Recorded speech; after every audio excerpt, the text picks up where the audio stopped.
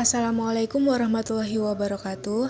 Perkenalkan, nama saya Alifia Nurrahma dengan NIM 82 dan teman saya Ahmad Mutawakil Syihabuddin dengan NIM 90. Di sini kami akan membahas tentang perbedaan zakat dan pajak serta distribusinya. Oke, di sini saya akan menjelaskan terlebih dahulu tentang perbedaan zakat dengan pajak. Yang pertama, zakat itu merupakan suatu kewajiban yang ditetapkan oleh Allah Subhanahu wa Ta'ala, sedangkan pajak merupakan suatu kewajiban warga negara yang ditetapkan oleh pemerintah. Yang kedua, wajib zakat sendiri itu adalah orang-orang Islam, sedangkan wajib pajak adalah semua warga negara dan orang asing. Yang ketiga, penerima zakat sudah ditentukan kelompoknya, sedangkan yang menikmati pajak adalah semua penduduk dalam suatu negara. Yang keempat, sanksi tidak membayar zakat adalah dosa, sedangkan sanksi tidak membayar pajak adalah hanya sebuah denda atau hukuman saja. Yang kelima, sumber dan besarnya zakat ditentukan berdasarkan kitab suci Al-Quran dan As-Sunnah, dan tidak boleh diubah oleh seorang maupun pemerintah. Sebaliknya, sumber dan besarnya pajak dapat diubah dari waktu ke waktu berdasarkan keperluan pemerintah suatu tempat. Untuk yang selanjutnya yaitu distribusi zakat dan pajak. Distribusi zakat. Distribusi zakat merupakan penyaluran atau pembagian dana zakat kepada mereka yang berhak menerimanya, seperti yang disebutkan dalam Al-Quran surah At-Taubah ayat 60. Bismillahirrahmanirrahim.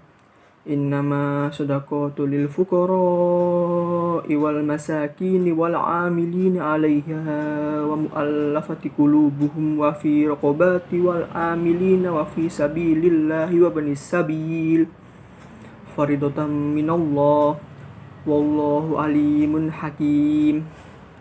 Yang artinya, sesungguhnya zakat itu hanyalah untuk orang-orang fakir, orang miskin, amil zakat, orang yang dilunakkan hatinya atau mu'allaf, untuk orang yang memerdekakan hamba sahaya, untuk membebaskan orang yang berhutang untuk jalan Allah, dan untuk orang yang sedang dalam perjalanan sebagai kewajiban dari Allah. Allah Maha mengetahui dan Maha bijaksana. Dalam ayat tersebut ada 8 kelompok sasaran pendistribusian zakat, yaitu fakir, miskin, amil, mu'allaf, riqab, fisabilillah, dan ibnu sabil. Yang selanjutnya yaitu dalam pendistribusian untuk memanfaatkan zakat dapat dikategorikan dalam 4 bentuk, yaitu yang pertama, distribusi bersifat konsumtif.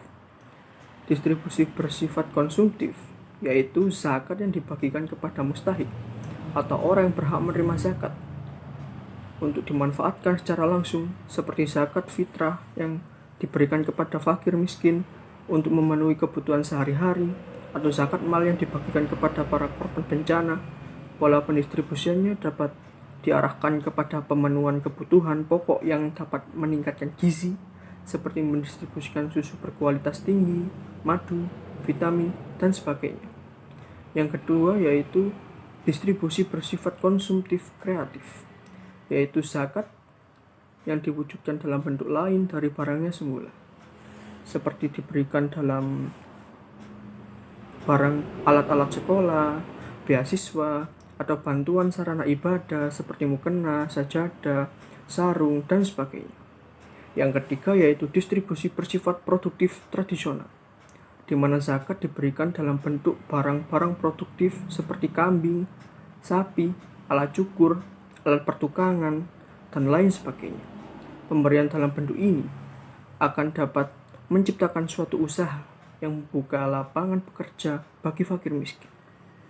Yang keempat yaitu distribusi dalam bentuk produktif kreatif, yaitu zakat diwujudkan dalam bentuk permodalan baik untuk membangun proyek sosial, Misalnya untuk pembangunan sekolah, tempat ibadah, sarana kesehatan, atau menambah modal pedagang pengusaha kecil.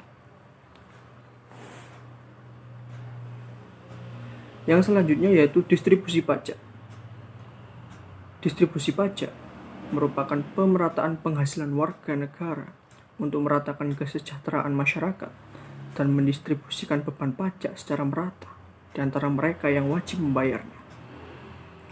Fungsi distribusi pajak yaitu sebagai alat untuk menyesuaikan pembagian pendapatan dan kesejahteraan masyarakat. Dan fungsi ini dapat dilihat dari adanya tarif pajak progresif dan pembangunan fasilitas umum yang dilakukan secara merata di tanah air Indonesia. Sekian presentasi dari kelompok kami. Bila ada kesalahan dalam pengucapan dan kurangnya materi yang kami sampaikan, mohon dimaafkan. Wassalamualaikum warahmatullahi wabarakatuh.